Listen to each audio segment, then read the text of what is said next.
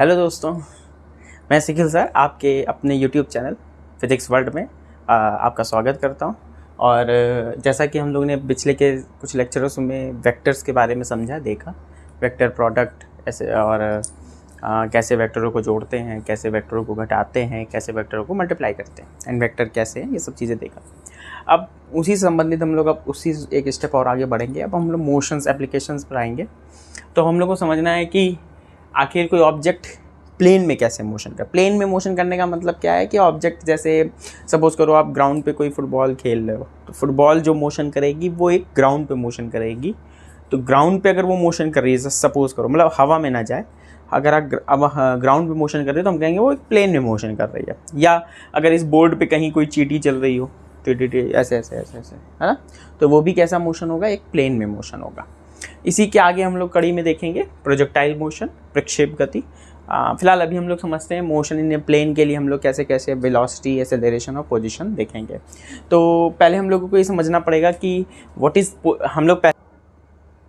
पहले हम लोग पोजीशन एंड डिस्प्लेसमेंट वेक्टर देख लेते हैं कि जैसे मान लो हमें प्लेन में मोशन की बात करनी है, तो मान लो कि एक्स वाई एक कोऑर्डिनेट सिस्टम है और इस पार्टिकल की पोजीशन बतानी है हमें। तो how to find the position. तो हम कहेंगे कि ये एक्स डायरेक्शन में इतना चला, मान लो एक्स चल रहा है, और वाई डायरेक्शन में वाई चल रहा है, तो इसके कोऑर्डिनेट्स हो जाएंगे एक्स कॉमा वाई, है ना, आप पहले पढ़ चुके हो। तो इसके पोजीशन यहाँ से अगर हम देखेंगे तो ये इसकी पोजीशन वेक्टर होगा, दिस इज, है ना, r vector, and we write it like x and x में कितना चला, एक्स, और एक्स डायरेक्शन में हम यूनिट वेक्टर क्या दिखाएंगे, आई कैप। सो हम लिखेंगे r vector is equal to, बोलो, एक्स आई कैप, है ना, एक्स आई कैप। अब ये वेक्टर फॉर्म हो जाएगा ना, एक्स मैग्नीट्यूड है और डायरेक्शन किधर है, आई कैप। तो हम वेक्टर फॉर्म में लिखेंगे तो एक्स आई कैप प्लस वाई जे कैप। तो this is the position vector of this point from this origin. मतलब इस मूल बिंदु से इसकी जो स्थिति सदिश होगी वो आर है, और आर को हम कैसे लिखेंगे, एक्स आई कैप और वाई जे कैप के टर्म में लिख सकते हैं। मतलब हम अगर वाई और जे के टर्म में लिखेंगे तो हम इस तरह से भी उसको लिख सकते हैं। अच्छा, अगर हमें आर का मैग्नीट्यूड बताना होगा तो क्या बताओगे बच्चों, आर का मैग्नीट्यूड होगा under root x square plus Y square. That is the magnitude of this. मतलब जो इसकी लेंथ होगी वो उसका परिमाण होगी, और परिमाण यानी मैग्नीट्यूड कितना होगा, under root x square plus Y square. तो this is the position, and this is position vector, स्थिति सदिश, और ये उस स्थिति सदिश का परिमाण है, और इसकी जो दिशा है वो हम इस तरह दिखाएंगे आई कैप और जे कैप के टर्म में। बोलो बच्चों, क्लियर है? चलो आगे बढ़े। अच्छा, अगर हमें यहीं पे फिर डिस्प्लेसमेंट शो करना हो, क्या शो करना हो, यहाँ पे बता देते हैं, डिस्प्लेसमेंट दिखाना होगा तो कैसे दिखाएंगे बच्चों। डिस्प्लेसमेंट दिखाने के लिए जस्ट सपोज दैट कि मान लो ये अगर ये x और ये y है, ध्यान से देखना, फिगर क्लियर कट होना चाहिए। सपोज करो कोई ऑब्जेक्ट है, कोई चींटी है, मान लो कोई चींटी यहाँ पे थी, और वो ऐसे ऐसे ऐसे ऐसे ऐसे मोशन करके, ऐसे करते ऐसे ऐसे मोशन करते वो जा रही है, चींटी ऐसे चल रही है बोर्ड पर। तो चींटी किसी समय यहाँ पर थी और चलते हुए ऐसे जा रही है। मान लो हमने कहा यहाँ पर, यानी यहाँ से यहाँ तक जाने में सपोज करो डेल्टा टी टाइम लग रहा है। कितना टाइम लग रहा है बच्चों, डेल्टा टी टाइम लग रहा है। किसी समय जब वो यहाँ पर थी तो इसकी पी पोजीशन थी, और जब यहाँ पर थे तो ये क्यू पोजीशन थी। तो हम कहेंगे बॉडी इतनी दूरी चली है, लेकिन अगर हम कहेंगे कितना विस्थापित हुई गाड़ी चींटी इस पॉइंट से इस पॉइंट तक, या कितना डिस्प्लेस हुई, तो वो P से Q को मिला दोगे तो ये उसका डिस्प्लेसमेंट वेक्टर होगा, या फिर विस्थापन सदिश होगा। तो अगर हम कहें कि P पर इसकी स्थिति सदिश है R वेक्टर, और Q पर हम लोग पहले डिस्कस कर चुके हैं बच्चों ये सब, इसकी स्थिति सदिश है R डैश वेक्टर, है ना। तो हम कहेंगे कि जो कितना डिस्प्लेस हुआ, तो हमने कहा मान लो डेल्टा आर वेक्टर हो रहा है डिस्प्लेस, तो हम क्या लिखेंगे, डेल्टा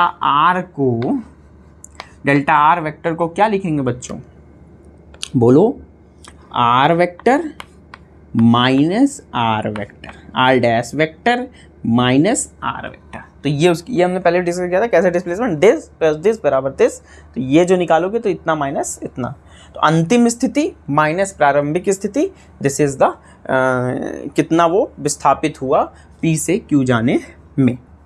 क्लियर है?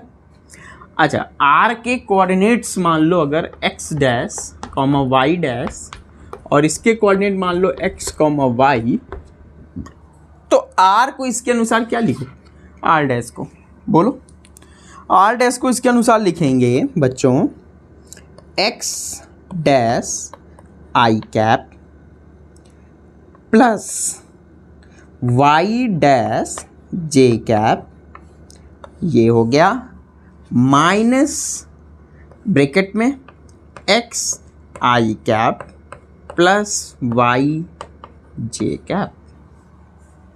इसकी जगह हमने ये लिख दिया बिकॉज इसकी स्थिति सदिश ये है, पोजीशन वेक्टर आर डैश के कोऑर्डिनेट हो जाएंगे X dash I plus Y dash J, और इसकी जगह मैंने ये लिख दिया। अगर हम इसको ओपन करें तो ये x वाला एक साथ ले लो तो आई एक साथ हो जाएंगे, तो i कॉमन हो जाएगा, तो हो जाएगा x डैश माइनस एक्स आई cap plus y dash minus Y जे कैप। तो ये है क्या, अगर आप ध्यान से समझो तो मान लो ऐसे यहाँ से यहाँ तक गए, ऐसे तो गए ये, तो ये है x और ये क्या है, ये है x डैश। तो हम क्या निकाल रहे हैं, अगर हम कहें बॉडी आपकी यहाँ से यहाँ गई तो x डायरेक्शन में इतना चली, तो ये कितना चली, इतना, तो इतना अगर चल रही है तो कितना चल रही है वो x डैश माइनस एक्स। तो हम कहेंगे अगर आपकी बॉडी या चीटी यहाँ से यहाँ तक डिस्प्लेस हुई है तो x डायरेक्शन में कितना डिस्प्लेस हुई है, x डैश माइनस एक्स, और y डायरेक्शन में कितना डिस्प्लेस हुई है, इतना ये, और ये कितना होगा y डैश माइनस वाई, या y डैश माइनस वाई, वो माइनस में आएगा वो एक अलग चीज़ है। फिलहाल तो इसको हम लिख सकते हैं डेल्टा x आई कैप प्लस डेल्टा y जे कैप। तो हम इस तरह से उसकी विस्थापन सदिश दिखाएंगे। तो विस्थापन सदिश कैसे दिखाएंगे, delta r and delta r is equal to delta x I cap plus delta y J cap. अगर हम इसका मैग्नीट्यूड निकालना चाहते हैं डेल्टा आर विस्थापन का, तो मैग्नीट्यूड हो जाएगा अंडर रूट डेल्टा एक्स का स्क्वायर प्लस डेल्टा वाई का स्क्वायर। एक बार फिर से देख लेना बच्चों वीडियो, हमें नहीं लगता आपको ये कोई कन्फ्यूज़न वाली बात हमने कुछ बताई है। पहले हमने ये सिखाया आपको कि स्थिति सदिश कैसे निकालेंगे। फिर मान लो किसी समय यहाँ पर कोई चीटी स्थिति मूव करके यहाँ पहुँची, तो हम कहेंगे कितना डिस्प्लेस हुई चीटी, अंतिम प्रारंभिक स्थिति ये, अंतिम स्थिति ये, फाइनल पोजीशन ये, इनिशियल पोजीशन ये, तो इतना वो डिस्प्लेस हुई।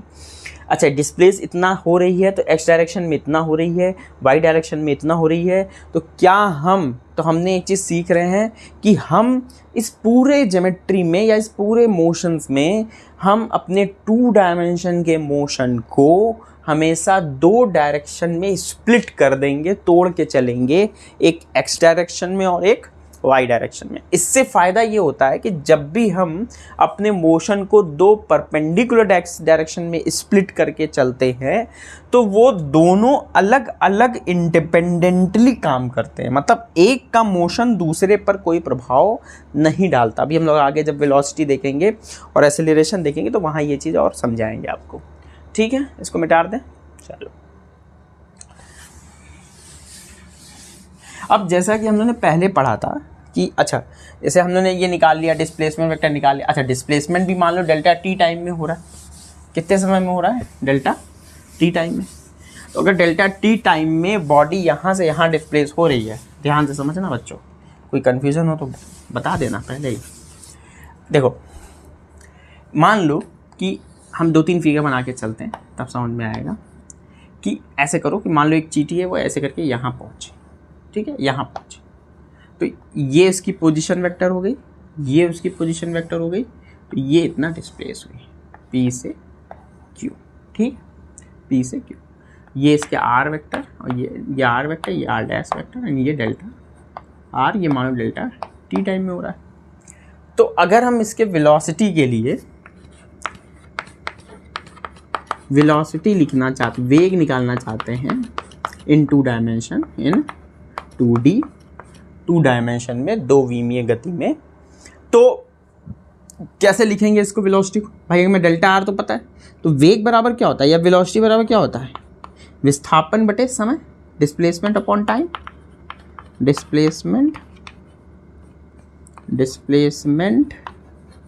Upon time interval. डिस्प्लेसमेंट कितना हुआ यहाँ से यहाँ जाने में? डेल्टा आर वेक्टर, टाइम कितना लग रहा है? Delta T. तो वेलोसिटी तो यही लिखोगे ना बच्चों, delta R by delta T. अच्छा, अब अगर हम देखें जिसके अभी उन्होंने जस्ट सॉल्व किया था, तो डेल्टा आर को क्या लिख सकते हो? बोलो, बता दोगे? डेल्टा एक्स आई कैप प्लस डेल्टा वाई जे कैप अपॉन डेल्टा टी। बोलो। अच्छा, क्या हम इसको इसके साथ लिख सकते हैं? बिल्कुल लिख सकते हैं। तो delta x upon delta T I cap, इसको इसके साथ भी लिख सकते हैं, plus delta Y upon delta T जे कैप। बोलो, ऐसा लिख सकते हैं। अच्छा, delta x upon delta T है क्या? Delta x upon delta T है एक्स डायरेक्शन में इतना चला। अच्छा, जब बॉडी यहाँ से यहाँ गई तो सोचो ध्यान से, जब ये यहाँ से यहाँ पहुँची बॉडी, तो जब यहाँ पहुँची तो उतने समय में यहाँ भी पहुँच गई, और यहाँ से इतने समय में यहाँ भी पहुँच गई। फिर से समझो, जब यहाँ पहुँच रही थी, यहाँ पहुँची, तो ये जब यहाँ पहुँची तो एक्स डायरेक्शन में ये यहाँ से यहाँ पहुँच गई उतने ही टाइम में, और फिर वाई डायरेक्शन में यहाँ से यहाँ पहुँच गई। समझ रहे हो? तो डेल्टा टी टाइम में ही तो पहुँची। तो इसका मतलब है हम इसको कह सकते हैं ये वेलोसिटी है, वेग है किस डायरेक्शन में? एक्स डायरेक्शन में। और ये वेग है किस डायरेक्शन में? वाई डायरेक्शन में। तो इसका मतलब है हम v वेक्टर को लिख सकते हैं v x i cap this plus v y j cap. ये देखो कितना सही इक्वेशन आ रहा है कि नहीं बच्चों? इसका मतलब है वेलोसिटी को हम ऐसे लिख सकते हैं v x i cap plus v y j cap. Clear है बच्चों? समझ में आ रहा है? तो ये, अच्छा, ये हमने क्या निकाली है एक्चुअल में? ये हम निकाल रहे हैं एवरेज वेलोसिटी। क्या निकाल रहे हैं बच्चों? एवरेज। जब टाइम इंटरवल हमें पास इनफ हो तो हम लोग क्या निकालते हैं? ये average velocity. Average velocity displacement upon time, delta r upon delta t, and delta r को लिख सकते हो delta x i plus delta y j, and इस तरह से हम लोग। तो ये हमारी आ गई कौन सी वेलोसिटी? ये आ गई average velocity, v x I cap plus v y J cap in time interval delta t. In time interval what? Delta t. अब अगर हमें मान लो निकालनी है, समझते हैं ग्राफ से, है ना, इंस्टेंटेनियस वेलोसिटी।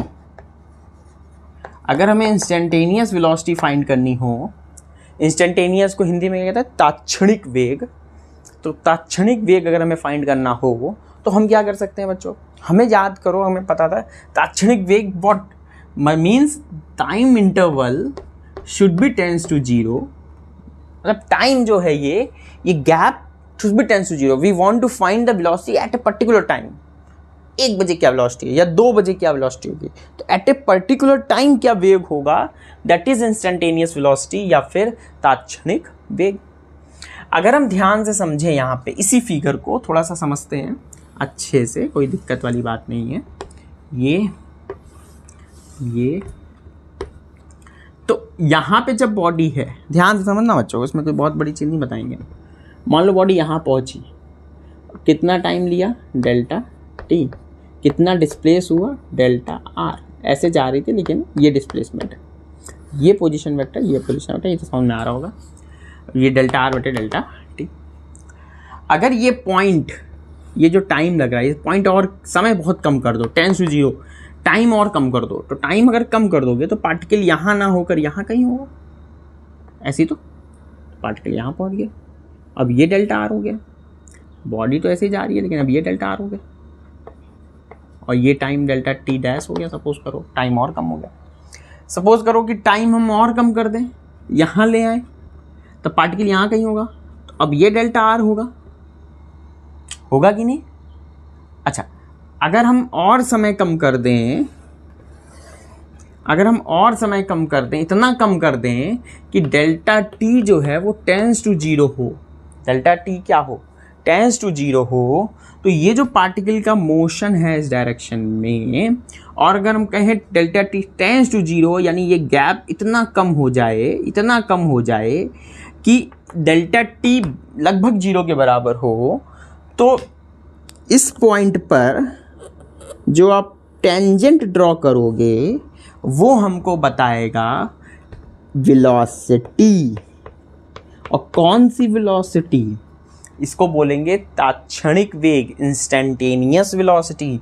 और ये क्या मतलब है? जब भी हम प्लेन में ग्राफ ड्रॉ, मतलब इस तरह से बात है, तो किसी भी पॉइंट पर जो उसकी इंस्टेंटेनियस वेलोसिटी होगी वो उस पॉइंट पर उसके टेंजेंट की डायरेक्शन यानी स्पर्श रेखा की डायरेक्शन, जैसे हम कहें यहाँ से यहाँ बताओ उसकी इंस्टेंटेनियस वेलोसिटी क्या है, तो ये टेंजेंट की डायरेक्शन। तो डायरेक्शन ऑफ द वेलोसिटी, कौन सी वेलोसिटी? Instantaneous velocity. देखो देखो, नॉर्मल जो एवरेज वेलोसिटी वो तो ये डायरेक्शन है, ये डायरेक्शन है, ये डायरेक्शन है, लेकिन अगर हम इंस्टेंटेनियस बोलेंगे, instantaneous means what? Delta T tends to zero. ये नोट कर लेना, मिटा देना इसको, ये नोट जरूर कर लेना। चलो, अगर हम इंस्टेंटेनियस वेलोसिटी निकाल रहे हैं, अगर हम तात्क्षणिक वेग निकालेंगे, तात्क्षणिक वेग का क्या मतलब है बच्चों? तात्क्षणिक वेग का मतलब है delta T tends to zero, delta T tends to zero, delta t अगर टेंड्स टू जीरो है तो उसके पाथ के उस बिंदु पर खींची गई स्पर्श रेखा की दिशा, यानी उसके पाथ, पाथ यानी रास्ता जो है, पाथ पर उस बिंदु पर, उस पॉइंट पर, उस पॉइंट पर खींची गई टेंजेंट, टेंजेंट यानी स्पर्श रेखा, टेंजेंट की दिशा की डायरेक्शन, की डायरेक्शन जो दिशा होगी वह वेलोसिटी की दिशा होगी। किसकी दिशा होगी? वेलोसिटी की डायरेक्शन होगी। बात समझ में आ रही है? बोलो, ये बात समझ में आ रही है? इसका मतलब है इस पॉइंट पर जो टेंजेंट होगा, it means what it means, जब हम लिख रहे हैं v इज इक्वल टू, ध्यान से समझना, पहले पुराना वाला लिख रहा हूँ, delta x upon delta T I cap plus delta Y upon delta T J cap. And अगर हम इसको ऐसे लिखें, फॉर इंस्टेंटेनियस, मतलब इंस्टेंटेनियस यानी तात्क्षणिक, कौन सा? तात्क्षणिक वेलोसिटी यानी वेग, तात्क्षणिक वेग।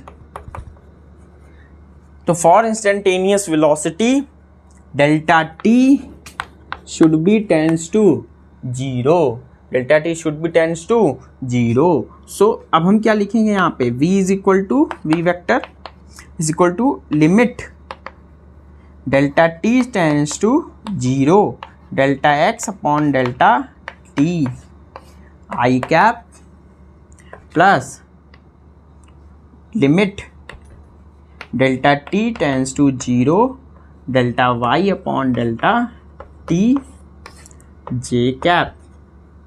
तो अब ये है क्या? ये है d x upon d t आई cap plus d y upon d t जे कैप। ये बहुत इंपॉर्टेंट है, फॉर्म में भी समझ में आएगा जब न्यूमेरिकल लगवाएंगे, आपको सवाल समझाएंगे तो।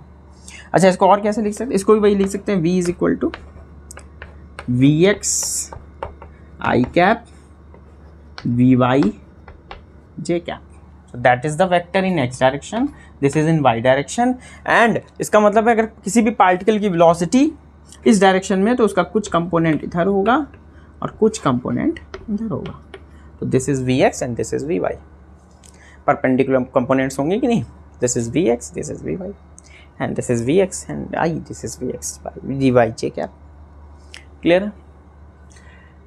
बोलो. तो हम लोगों ने क्या क्या सीख लिया. हम लोगों ने वेलोसिटी, हम लोगों ने पोजीशन वेक्टर निकालना सीखा, हम लोगों ने डिस्प्लेसमेंट निकालना सीखा, हम लोगों ने वेलोसिटी सीखी. वेलोसिटी में वेग में हमने सीखा कि अगर इंस्टेंटेनियस वेलोसिटी निकाल रहे हैं, कौन सी वेग निकाल रहे हैं, इंस्टेंटेनियस वेलोसिटी निकाल रहे हैं.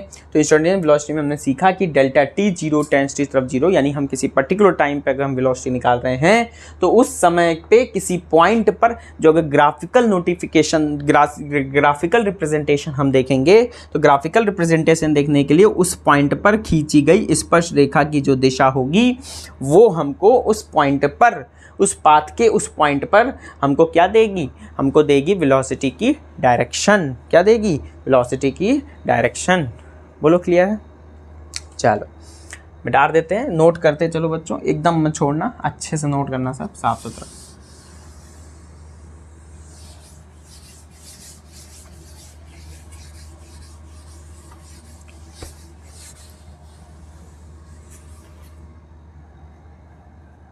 अब थोड़ा सा इंपॉर्टेंट पॉइंट देखो यार, ये सब चीज़ें बहुत ज़रूरी हैं क्योंकि आगे जब हम लोग सर्कुलर मोशन पढ़ेंगे तो वहाँ पे सब चीज़ें काम आती हैं. क्योंकि हमें यहाँ पे डायरेक्शंस को भी देखना होता है. वेलोसिटी, सपोज करो कि पार्टिकल अपने मैग्नीट्यूड नहीं बदल रहा है, केवल डायरेक्शन बदल रहा है, तो क्या मतलब होगा उसका, वो सब चीज़ें भी देखनी होती हैं हम लोगों को. ठीक है, दो चीज़ें हमेशा साथ में चलती हैं, हमें बात को समझना पड़ेगा. जैसे मैं आपसे कहूँ, बात को समझना, मान लो एक पार्टिकल है, जब वन डायमेंशन मोशन हम लोग पढ़ते थे, मान लो कोई पार्टिकल है इधर 2 मीटर पर सेकंड से जा रहा है, कुछ समय बाद पार्टिकल यहाँ पे 3 मीटर पर सेकंड हो जाता है. तो हमको तो ये साफ साफ दिख रहा है ना कि पार्टिकल इसी डायरेक्शन में इसका वेलोसिटी बढ़ गई, 2 मीटर से 3 मीटर हो गई. तो यानी बढ़ा किधर, इधर की तरफ. तो हम कहेंगे एसिलेरेशन की डायरेक्शन भी, यानी त्वरण की डायरेक्शन होगी वो इधर ही होगी. अब वो बढ़ा कितना वो अलग अलग है. तो अच्छा, ये चीज़ हम ये देख रहे हैं कि मैग्नीट्यूड बदल रहा है, 2 से 3 हो गया, 2 से 3 हो गया. अच्छा, अगर हम वन डायमेंशन मोशन हो और हम कहें पार्टिकल 2 से चल रहा है, थोड़ी देर बाद भी 2 है, तो क्या एक्सीलरेशन बताओगे आप. मान लो किसी समय पे पार्टिकल यहाँ पर है, वो 2 मीटर पर सेकंड से जा रहा है, पार्टिकल अपनी वेलोसिटी नहीं बदली, अपना वेग नहीं बदला, उसी स्पीड से चल रहा है और अभी भी 2 मीटर पर सेकंड है. तो आप तब एक्सीलरेशन क्या हुआ अगर वन डायमेंशन मोशन है, तो मतलब एक ही दिशा में चल रहा है, तो तब आप एक्सीलरेशन क्या बोलोगे, 0. कोई डायरेक्शन नहीं है उसके, क्योंकि एक्सीलरेशन है ही नहीं. अब क्वेश्चन उठता है कि जब 2 डायमेंशन मोशन होते हैं तो वहाँ पे कैसे हमें चीज़ों को देखना होगा. बच्चों, तो हमें ध्यान देना होता है यहाँ पे. तो रिजल्टेंट एक्सीलरेशन भी देखा था. फिलहाल अभी हम एक चीज़ देखते हैं, पहले समझते हैं. चलो, मान लो कि एक्सीलरेशन पहले, एक्सप्रेशन पहले देख लें, समझेंगे. एक्सेलरेशन यानी त्वरण, एक्सेलरेशन यानी त्वरण. जैसा कि हम जानते हैं वेग परिवर्तन की दर को त्वरण कहते हैं. Rate of change of velocity is called the acceleration. Rate of change of velocity is called the acceleration. हम लोग वन डायमेंशन में पढ़ चुके हैं. A is equal to delta V upon delta T. Delta V यानी v2 minus v1 by delta T यानी t2 minus t1. t2 minus t1 is the समय अंतराल, v2 minus v1 is the way परिवर्तन. तो हम लोग यहाँ पे क्या सीखते हैं कि जो एक्सेलरेशन है वो डिपेंड करता है वेलोसिटी पर नहीं, वो वेलोसिटी के चेंज पर डिपेंड करता है. अब चूंकि एक्सेलरेशन एक सदिश राशि है, एक वेक्टर क्वांटिटी है, तो इसकी डायरेक्शन भी होगी. डायरेक्शन जब हम वन डायमेंशन में देखते थे तो हम ये कहते थे कि अगर वेलोसिटी बढ़ रही है, अगर पार्टिकल अपनी वेग बढ़ा रहा है, तो एक्सेलरेशन की डायरेक्शन उसी डायरेक्शन में होगी जिस डायरेक्शन में वेलोसिटी बढ़ रही है, जिस डायरेक्शन में वेलोसिटी है. और अगर वेलोसिटी घट रही है, मान लो 3 से 2 हो गई, 2 से 1 हो गई, 1 से 0 हो गई, अगर वेलोसिटी घटती जा रही है तो एक्सेलरेशन उसके अपोजिट होगा, तभी तो वो उसको रोक रहा होगा. ऐसा जब हम लोग वन डायमेंशन में देखते थे. लेकिन जब हम लोग 2 डायमेंशन में देखेंगे तो कैसे इस चीज़ों को देखेंगे वो सब समझना है. ठीक है, आज कोई दिक्कत नहीं. फिलहाल हम लोगों ने अभी क्या पढ़ा, v is equal to what, v is equal to v x I cap v y j cap, यही तो पढ़ा था आज। अगर हम एक्सीलरेशन की बात करें तो एक्सीलरेशन होता है delta we by delta T. अभी समझेंगे डेल्टा वी का क्या मतलब है, what is the meaning of delta we. तो दिस इज डेल्टा वी, और डेल्टा वी ये हो गया delta V upon delta T. मान लो डेल्टा टी टाइम में ये हुआ, इसका क्या मतलब है पहले समझ लेते हैं एक ग्राफ से। ये मान लो x है ना, ये एक्स वाई मोशन है, टाइम के साथ ग्राफ दिखा रहे हैं, ठीक है। और पार्टिकल मान लो ऐसे चल रहा है, तो किसी समय पार्टिकल यहाँ पर था, ऐसे चल रहा है, तो किसी समय पार्टिकल यहाँ पहुँच गया, ठीक है, ऐसे चल रहा है ऐसे चल रहा है। तो पार्टिकल जब यहाँ पे था तो इधर जा रहा था, तो यहाँ पे इसकी वेलोसिटी डायरेक्शन क्या बोलोगे, बोलो अभी समझाया। क्या करेंगे, इस पर टेंजेंट ड्रॉ कर लें, तो ये हो गया v, मान लो v वेलोसिटी चल रहा है, v1 मान लो। और जब यहाँ पहुँचा तो पार्टिकल अब इधर जा रहा है, तो ये हो गया v2, ठीक है। तो अगर हम यहाँ पे देखें ग्राफ से, तो हम यहाँ पे ग्राफ प्लॉट करें तो ये है v, है कि नहीं बोलो, v1, और ये है v2, ये है v2। तो वेलोसिटी में जो चेंज हो रहा है वो किधर हो रहा है, v1 से इधर गया ना, तो चेंज ये हो रहा है कि नहीं बच्चों चेंज। तो ये यहाँ से इधर चला गया ना, तो चेंज ये हुआ। तो this is delta we, this is delta we. बात समझ में आ रही है। तो v1 ये है, v2 ये है, दिस इज डेल्टा वी। और बेसिकली हमें v नहीं देखना। अगर हम आपसे कहा जाए बताओ एक्सेलरेशन की क्या डायरेक्शन होगी, तो acceleration is not depend on v। हम ये नहीं कहेंगे वेलोसिटी की एक्सेलरेशन की डायरेक्शन इधर होगी या एक्सेलरेशन की डायरेक्शन। अभी हम लोग जब सर्कुलर मोशन में पढ़ते हैं तो वहाँ दो चीज़ें देखते हैं। एक तो जब सर्कुलर मोशन बॉडी कर रही होती है, तो एक तो वेलोसिटी पार्टिकल कभी यहाँ है, कभी यहाँ है, कभी यहाँ है, तो पार्टिकल की वेलोसिटी चेंज हो, डायरेक्शन चेंज हो रही है। तो एक उसके कारण एक्सेलरेशन देखेंगे, एक देखेंगे उसके मैग्नीट्यूड के कारण चेंज। तो वहाँ पे दो चीज़ें देखते हैं, वही चीज़ है यहाँ पे। अभी हम डायरेक्शन के कारण समझने की कोशिश कर रहे हैं। तो यहाँ पे जो delta V upon delta T है, वो डेल्टा वी क्या है, डेल्टा वी जैसे एक पार्टिकल यहाँ जा रहा था, अब यहाँ पहुँच गया, तो यहाँ था, अब यहाँ आ गया, तो चेंज ये हुआ। तो चेंज यहाँ पे डेल्टा वी ये है। मेरी बात समझ में आ रही है। Delta V is what, delta V is this, delta V upon delta T. तो direction of delta V, direction of acceleration is what, direction of acceleration is this, direction of acceleration is इसको इसी के साथ। तो ये direction कैसे, acceleration direction ये है, हो गया वाह ये क्या, लेकिन है। आप खुद सोचो ना, अगर पार्टिकल यहाँ से इधर जा रहा है तो कोई चीज़ होगी ना इधर धक्का दे रही होगी, तभी तो पार्टिकल ऐसे जाके थोड़ा ऐसे होगा, थोड़ा सा खिसक गया। जैसे अगर हम इधर जा रहे हैं और हमको इधर मुड़ना है, तो कैसे जाएंगे भाई, कोई ना कोई धक्का देगा ना, उधर से हवा चले या कुछ, तभी तो हम ऐसे मुड़ेंगे। माना मतलब कोई चीज़ अगर इधर जा रही है तेज़ी से, तो अगर उसको मोशन में इधर लाना है तो कोई तो फोर्स इधर लगाना पड़ेगा ना, इधर डायरेक्शन, तब तो वो इधर से थोड़ा सा इधर खिसकेगा। और तेज धक्का दोगे तो और तेज खिसकेगा, एक्सेलरेशन कम होगा तो कम खिसकेगा। तो दिस इज दिस। तो डेल्टा ए की डायरेक्शन क्या है, ए की डायरेक्शन ये है, ये कि जिस तरफ डेल्टा वी होगा उस तरफ ए होगा। तो दिस इज ए। तो यहाँ पे इसको ऐसे लिखना चाहो तो लिख सकते हो delta v x upon delta T I cap plus delta v y बटा डेल्टा टी, ठीक है। अब ये सब नॉर्मल है, वो सब आप देखते आए हो। तो इसको हम क्या लिख सकते हैं, इसको हम लिख सकते हैं ए एक्स आई कैप प्लस ए वाई जे कैप। तो अच्छा ये हम लोग क्या निकाल रहे हैं, ये हम लोग निकाल रहे हैं एवरेज एक्सेलरेशन। क्या निकाल रहे हैं, एवरेज एक्सेलरेशन। अच्छा अगर हमें वही चीज़ सेम काम इंस्टेंटेनियस निकालना होगा तो वही टाइम। अच्छा इंस्टेंटेनियस का क्या बेसिक मतलब है ये समझ लो। अगर इंस्टेंटेनियस होगा तो ये जो यहाँ से यहाँ तक जाने में जो टाइम गैप लग रहा है डेल्टा टी, वो कम होता जाएगा। अगर वो कम होता जाएगा तो जैसे पार्टिकल वो यहाँ ना होके, जैसे अगर हम फिर से बनाएं, थोड़ा सा बड़ा कर देते हैं फिगर। मान लो पार्टिकल यहाँ था, अब थोड़ा सा इसी ग्राफ में, ऐसे ही तो है ग्राफ। पार्टिकल यहाँ पे है v1, अब मान लो यहाँ पहुँच गया, भाई टाइम कम होगा तो कम होगा ना, ये v2। तो फिर वही ग्राफ प्लॉट करोगे, प्लॉट करो, इधर v1 इधर v2, तो दिस इज डेल्टा v। फिर अगर हम इसको और कम कर दें, एकदम मिला लें कि डेल्टा टी टेंस टू 0 हो जाए। अच्छा, एक्सीलरेशन की डायरेक्शन इधर ही, तो हम क्या कहेंगे था, पार्टिकल इसी डायरेक्शन में। अब कहोगे सर ये तो डायरेक्शन बदली नहीं, बट हमको समझना पड़ेगा ये चीज़ कि हम ये गैप को कम करते जा रहे हैं। क्यों कम कर रहे हैं? Because delta t tends to 0, तो ये जो गैप है वो यहीं पर आ जाएगा। अच्छा, यहीं पर आ जाएगा तो एक्सीलरेशन की डायरेक्शन तो इधर ही हो जाएगी ना, इसके परपेंडिकुलर या इस डायरेक्शन में, जिस डायरेक्शन में चेंज हो रहा है पार्टिकल। ये वेलोसिटी हो जाएगी और ये उसका एक्सीलरेशन हो जाएगा। तो दिस डायरेक्शन में हमको एक्सीलरेशन, समझ में आ रहा है बात? ऐसे तो एक्सीलरेशन की डायरेक्शन किधर होगी? अगर मान लो प्लेन में मोशन हो रहा है तो हमें डायरेक्शन देखना पड़ेगा, इधर है तो एक्सीलरेशन इधर होगा, मतलब परपेंडिकुलर डायरेक्शन के कारण जो चेंज हो रहा है। सरफेस के परपेंडिकुलर जो होगा वो एक्सीलरेशन होगा and that is v। Clear है? अब दो चीज़ें देखनी होती है। हाँ, अगर मैग्नीट्यूड भी होगा और डायरेक्शन भी होगी तब दोनों इसमें काम करें। जैसे यहाँ पे अगर हम टोटल हमने देखा है, जैसे मैग्नीट्यूड की भी दिखाते हैं तो ये एरो की लंबाई के अनुसार दिखाते हैं, तो ये चीज़ें चेंजेस होते हैं।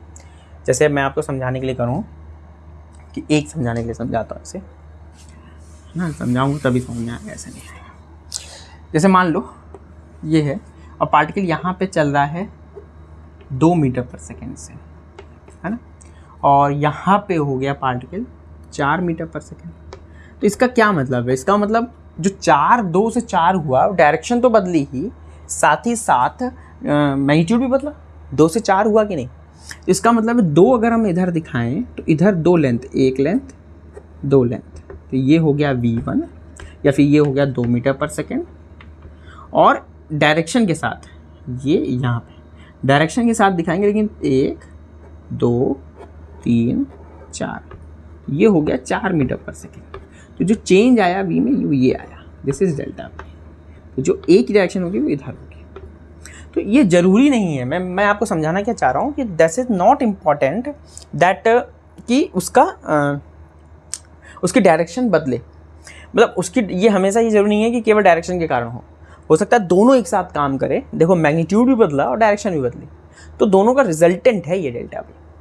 इसी तरह से जब हम इंस्टेंटेनियस देख रहे हैं तो इंस्टेंटेनियस में तो टाइम इंटरवल कुछ है नहीं, तो डायरेक्शन मतलब मैग्नीट्यूड यहाँ पे मान के 2 मीटर पर सेकेंड से चल रहा है, ठीक है ना, और किसी समय पे 3 पे होगा, किसी समय 4 पे होगा।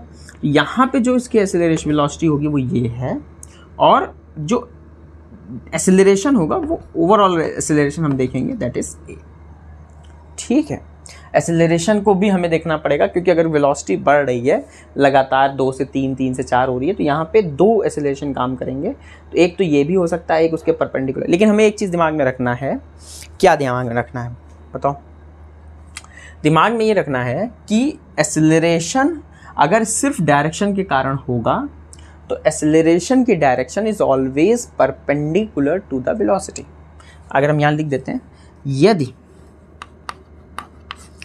वेलोसिटी में चेंज, किसमें चेंज बच्चों, ध्यान से समझना एकदम, वेलोसिटी में चेंज सिर्फ डायरेक्शन के कारण हो रहा है, मतलब मैग्नीट्यूड ना बदल रहा हो, 2 मीटर पर सेकंड चल रहा है तो सिर्फ 2 मीटर पर सेकंड से चले। यदि वेलोसिटी में चेंज सिर्फ डायरेक्शन के कारण हो रहा है, के कारण होता है, तो एक ही दिशा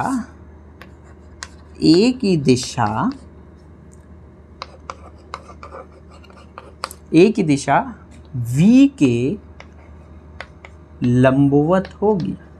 और ये लॉजिकली भी सही है। क्यों सही है बताओ बच्चों?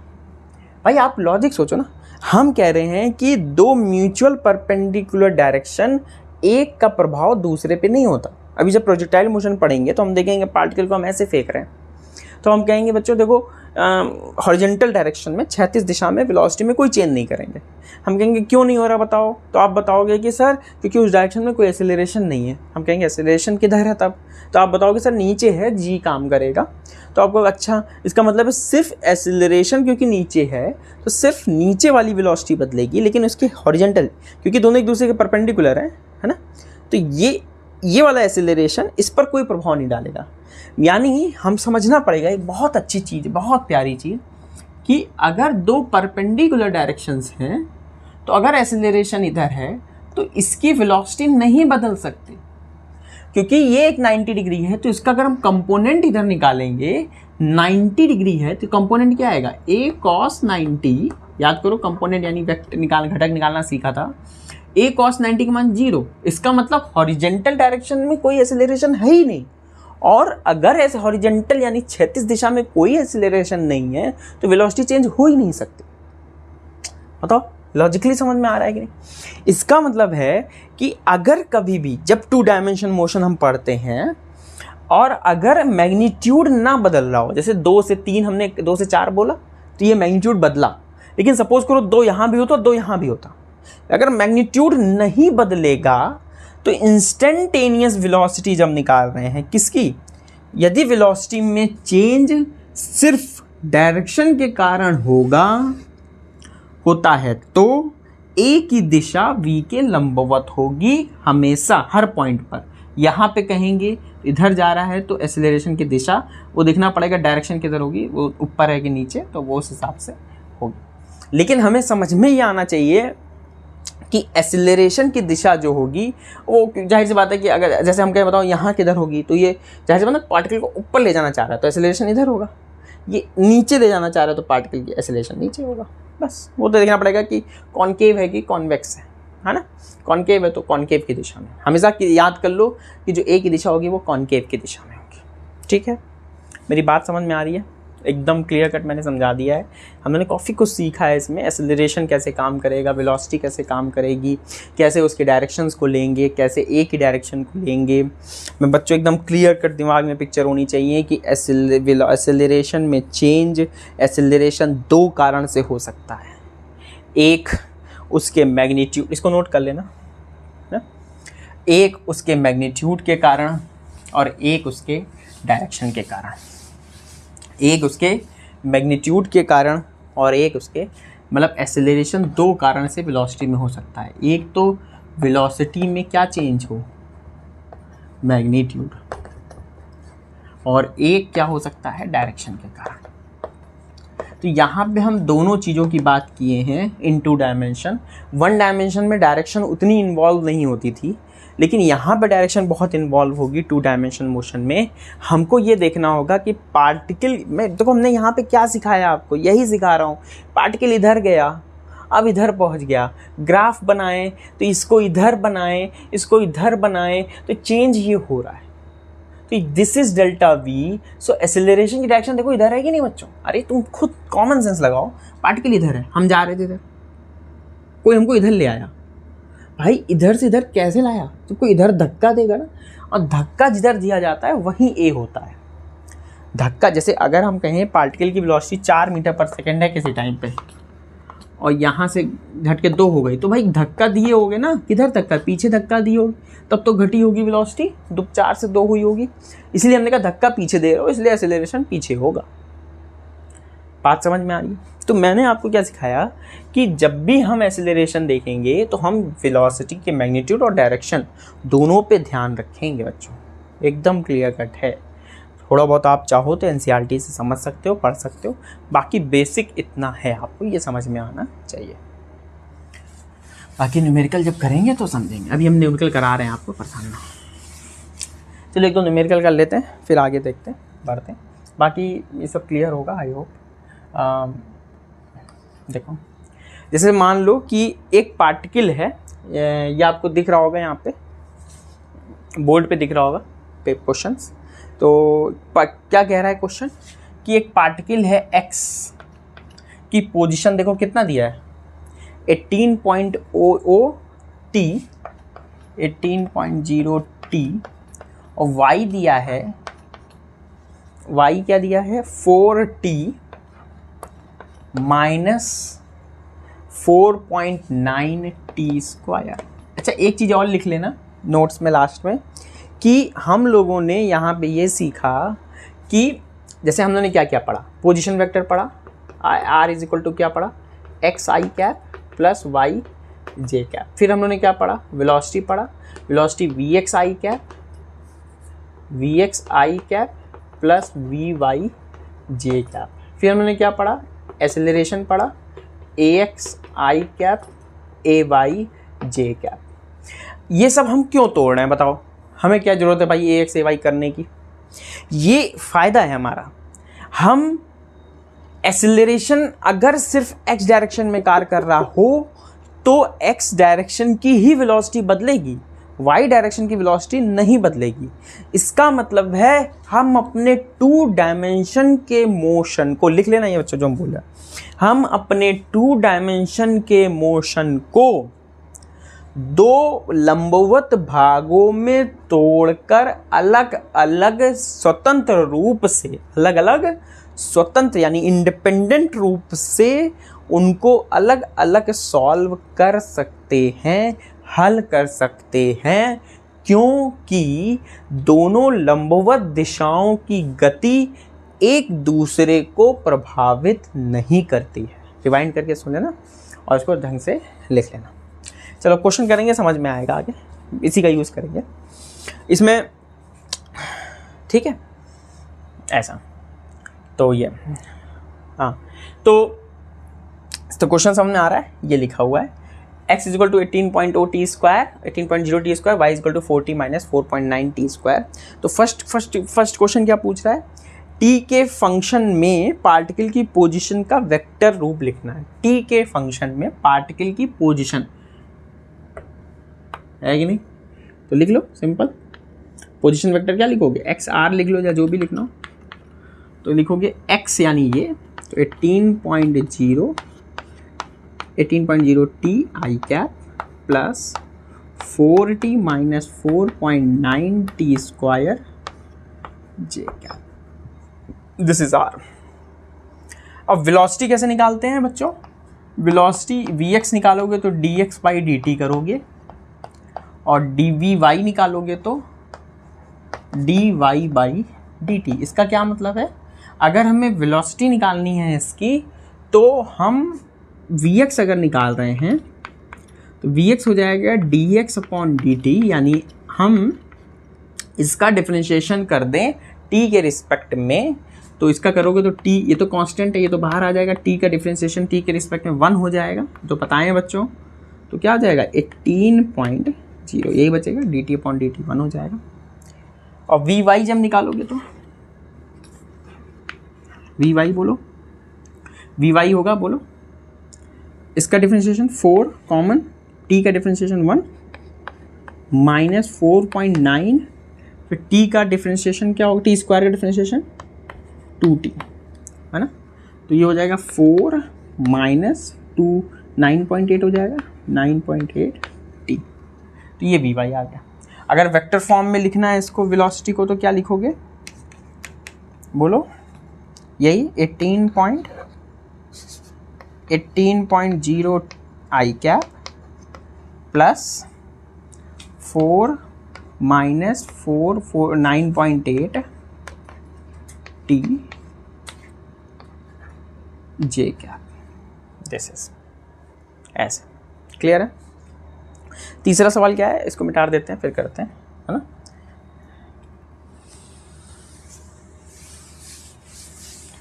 तो तीसरा इसमें क्या पूछ रहा है, एक्सेलरेशन के बारे में पूछ रहा है। इसी प्रकार से हमें क्या निकालना, इसी प्रकार से t के फंक्शन को एक्सेलरेशन का, अब जो हमें v निकाला था, v क्या निकाला था, vx निकाला था 18.0 और vy निकाला था 4 माइनस 9.8t ना। तो ax निकाल लो यहाँ से, तो ax हो जाएगा, इसका डिफरेंशिएशन 0 हो जाएगा, तो a डायरेक्शन में कोई एक्सेलरेशन नहीं है, और ay हो जाएगा, इसको निकालोगे तो ये तो 0 हो जाएगा, माइनस 9.8, बोलो यही आएगा ना। अच्छा, तो इसका मतलब ये प्रोजेक्टाइल मोशन का ही फंक्शन है एक्चुअल में, ये इसकी खासियत है। चलो ठीक है, आगे डिस्कस करेंगे कभी। तो a लिखोगे क्या, a एक्सेलरेशन लिखोगे अब ये y डायरेक्शन में minus 9.8 j cap, this is, क्योंकि ये x कैप में तो 0 है ना, तो 0, तो ये हो जाएगा। अब t, अब फोर्थ, इसी में फोर्थ क्वेश्चन क्या पूछ रहा है, t बराबर 1 सेकेंड पर पोजीशन, वेलोसिटी एंड एक्सेलरेशन निकालना है हमें।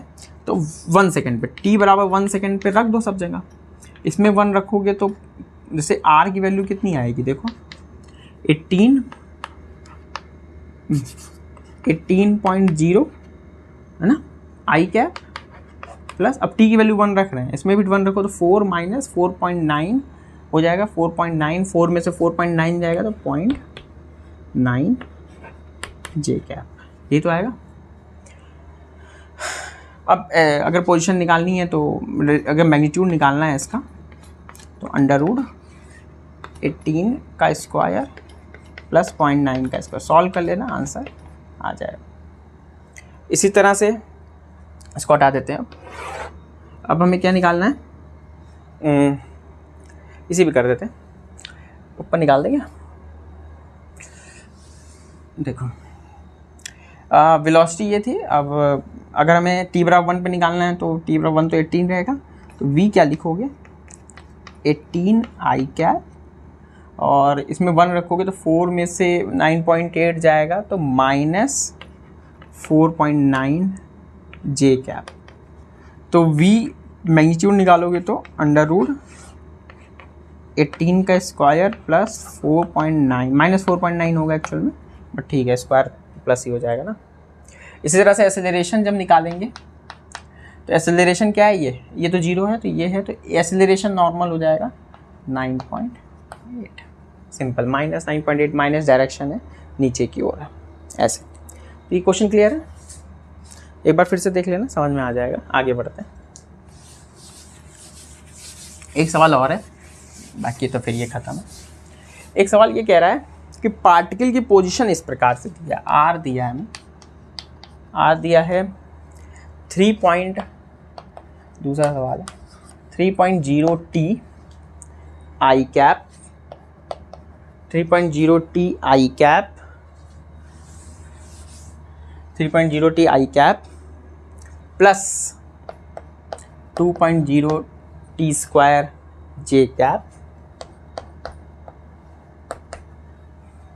अब ये 3 डायमेंशन में लिख दिया है, हमें परेशान नहीं होना, अरे सर 3 डायमेंशन तो आप पढ़ाए नहीं हैं, अब क्या करेंगे हम, कुछ नहीं यार, हमें ध्यान में रखना है कि इसको अलग सॉल्व करना है, इसको अलग सॉल्व करना है, इसको अलग सॉल्व करना है, बस।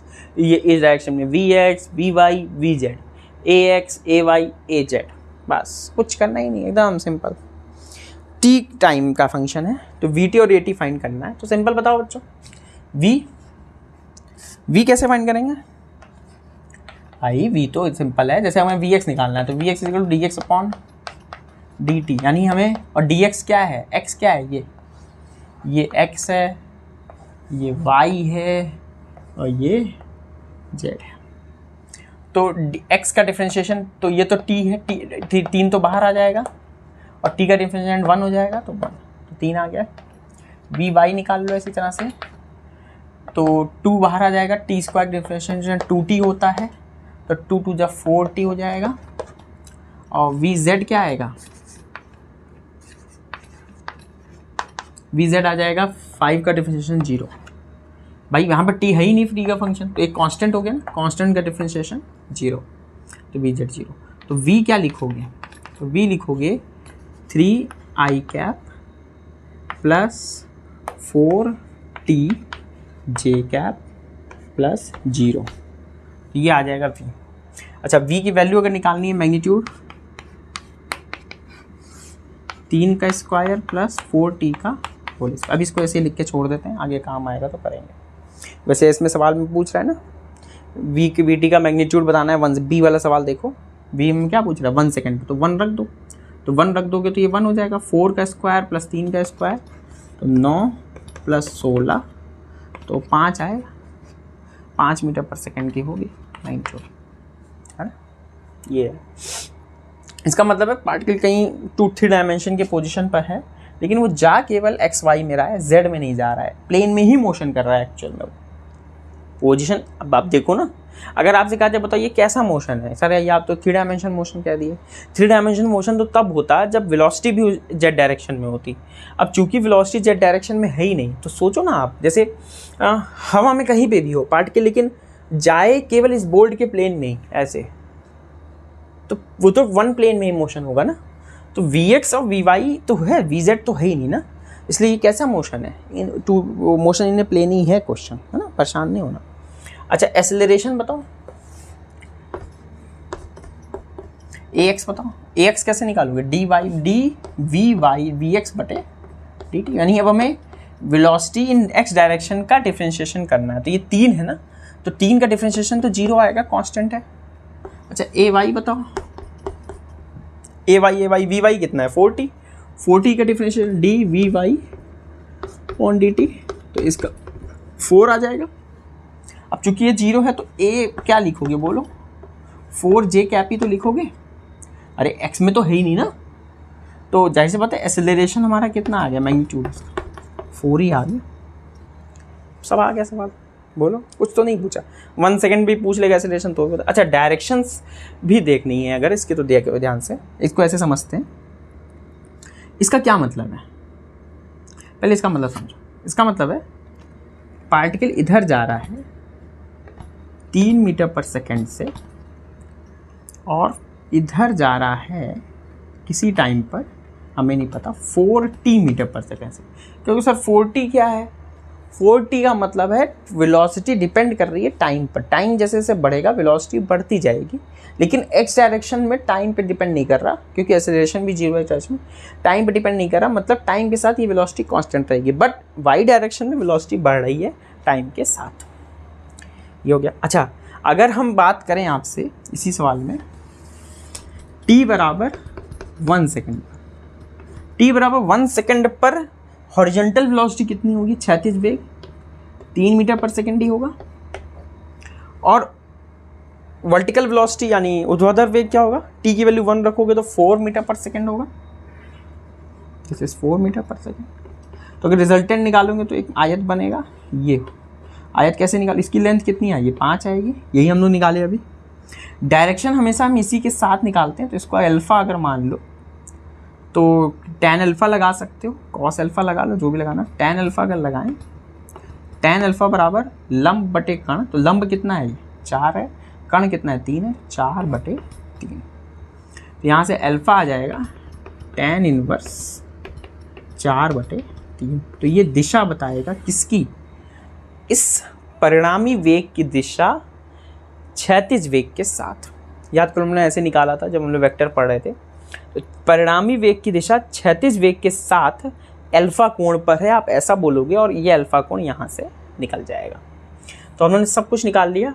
अलग अलग सॉल्व करना है बच्चों, इसको अलग सॉल्व करना है, इसको अलग सॉल्व करना, बहुत कठिन, एकदम सिंपल है, कुछ है ही नहीं। मतलब जितना हम लोगों ने मोशन इन 1 डायमेंशन पढ़ा था सब कुछ वैसे ही है, बस अलग अलग। ध्यान, परेशान नहीं होना कि सर 2 डायमेंशन मोशन है तो आप क्या करेंगे, कुछ नहीं सर भाई, इसको अलग सॉल्व कर लो, इसको अलग सॉल्व करो, इसको अलग सॉल्व करो, इसका मोशन इस पर कोई प्रभाव डालेगा नहीं। क्यों नहीं डालेगा बच्चों, क्योंकि आई जे और के तीनों एक दूसरे के लंबवत हैं। अगर लंबवत नहीं होते तो प्रभाव डाल सकता था, तब दिक्कत आती, लेकिन हमने ऐसा लिया ही है आई जे के कैप, बिकॉज हम चाहते हैं कि इसका एक्सेलरेशन इस पर कोई प्रभाव न डाले, या इसका एक्सेलरेशन इस पर कोई प्रभाव ना डाले, और इस तरह से हम कोई भी क्वेश्चन कर लेंगे। आई होप आपको समझ में आया होगा। आज हमने जितने भी चीज़ें समझी, हम लोगों ने वेलोसिटी पढ़ा, इन डायमेंशन 2 डायमेंशन, एक्सेलरेशन देखा, डायरेक्शन समझी, क्या ए का मतलब क्या है, फिर हर एक चीज़ को समझा, फिर हमने न्यूमेरिकल्स भी उस पर सॉल्व किए। आई होप ये लेक्चर अच्छा लगा होगा, तो कृपया करके अगर आपको अच्छा लग रहा है लेक्चर, थोड़ा सा देख रहे हैं, तो कमेंट ज़रूर करा करिए। जो कमेंट एकदम मतलब बहुत ज़रूरी है आपका कमेंट करना, मतलब आपको करना ही है कमेंट। अगर कुछ भी समझ में नहीं आ रहा है, अच्छा लग रहा है तो भी कमेंट करिए कि हाँ समझ में आ रहा है सर, आप आगे करते रहिए, और अगर नहीं अच्छा लग रहा है तो वो भी बोलिए आप, ठीक है, बिकॉज़ आपका कमेंट ही हमारे और आपके बीच के कम्युनिकेशन का एक जरिया है।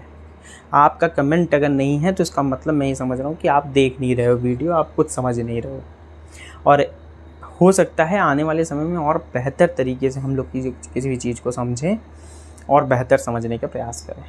तो अगर ये समझ में आया हो तो कृपया करके आप प्लीज़ और प्लीज़ जो है वो आप वीडियो को शेयर ज़रूर करिए, सब्सक्राइब कर लीजिए और लाइक कर दीजिए, और अगर कुछ समझ में ना आए तो कमेंट भी करिए, अच्छा लगे तो भी कमेंट करिए। आई होप आप पढ़ रहे होगे घर पे छुट्टियों में। 11 की पढ़ाई is a very important study, तो आगे की पूरी ज़िंदगी के लिए, इसलिए आप ये समय न बर्बाद करो और पढ़ते रहो, अच्छे रहो। इस गर्मी में अपना ख्याल रखो। Best of luck, bye.